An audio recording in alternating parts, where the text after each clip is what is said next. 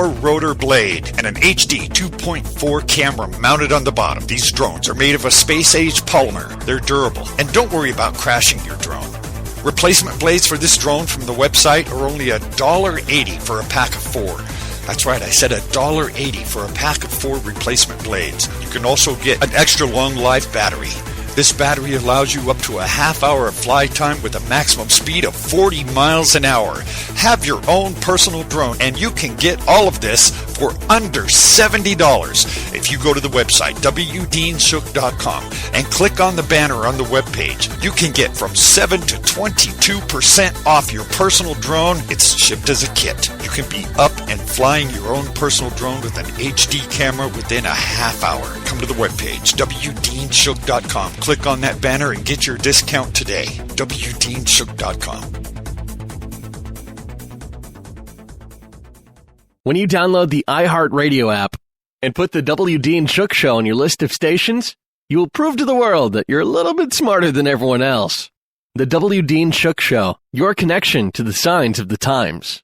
Thank you for that break. I appreciate it so very much. As reported by the UK Telegraph, assisted dying must be legislated, demand key figures. Lord Kerry and Ian McEwan are among 80 demanding the political leaders put a bill through Parliament. Political leaders must agree a plan to legislate assisted dying. In a letter to the Daily Telegraph, some 80 doctors, writers, actors, clerics, and politicians say an overwhelming majority of the public now supports a change in the law that Parliament must allow time to finally resolve this issue.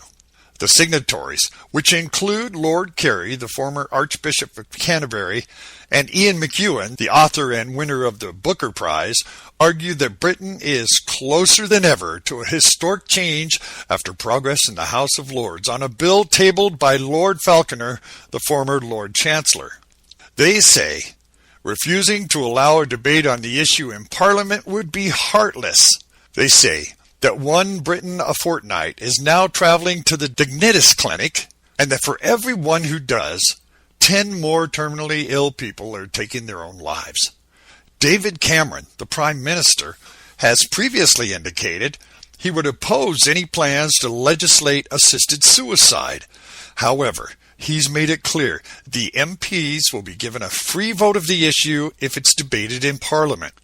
The Falconer bill would make it lawful for doctors to prescribe a fatal dose of drugs to patients that have no more than 6 months to live and who have demonstrated a clear and settled intention to end their own lives. Under the 1961 Suicide Act, it remains a criminal offense, punishable by 14 years in jail to help someone take their own life. Well, the signatories go on to say the overwhelming majority of public supports law change on assisted dying, and no one believes that someone should face a prison sentence of 14 years for compassionately assisting a loved one to die. Are these our morals? Our values?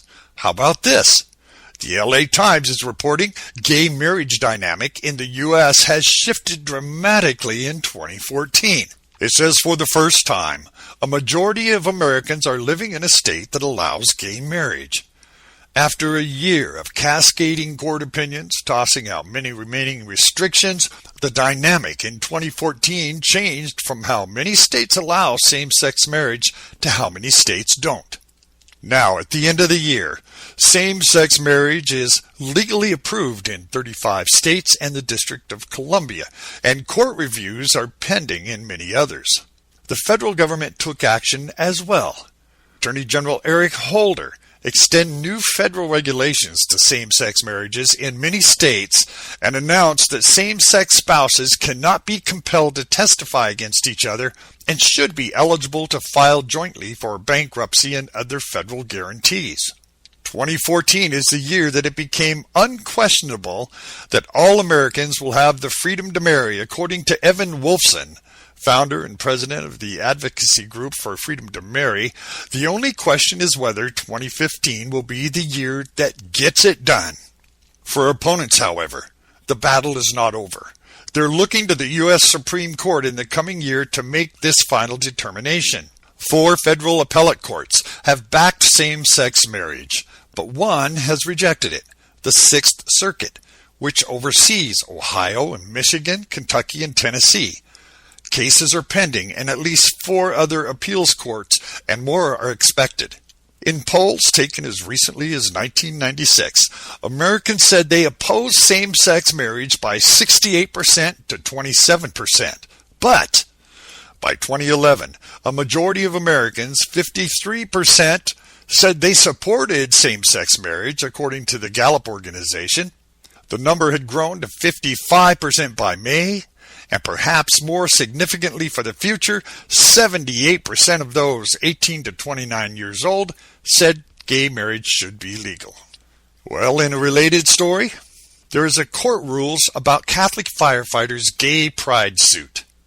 Now, the Rhode Island Supreme Court has thrown out lawsuits brought by 2 Providence firefighters who said their constitutional rights were violated when they were ordered to drive a truck in a gay pride parade despite the religious objections. The firefighters, Theodore Fabrizio and Stefan Danino, argued that they're Roman Catholic and therefore do not support or condone homosexuality. Justice William Robinson, writing for all 5 members of the High Court this month, said the men appeared in the 2001 parade as public servants who were relatively anonymous.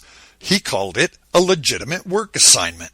The respondents' appearance in the parade solely as members of the Providence Fire Department did not constitute a form of expression on their part. Rather, it was simply the accomplishing of a task that was assigned to an engine company for the Providence Fire Department.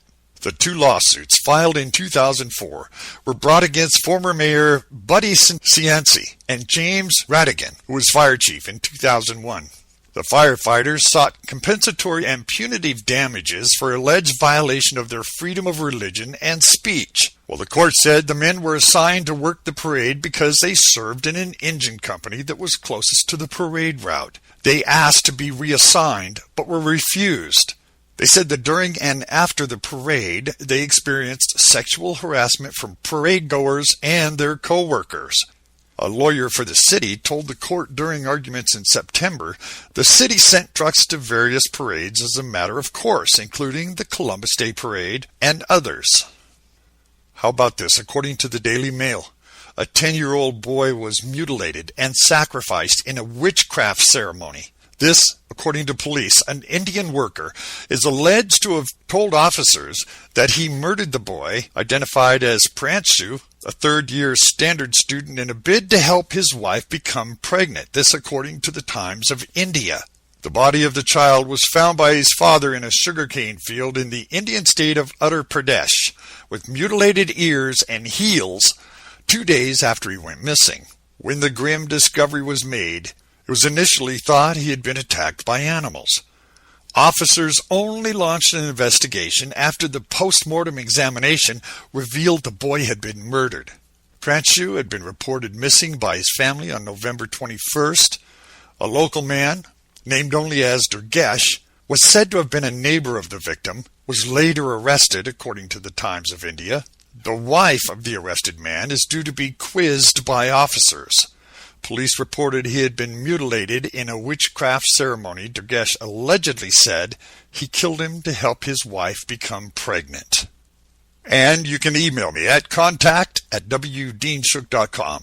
The homepage, where you'll find links and sources to all of these stories, is wdeanshook.com.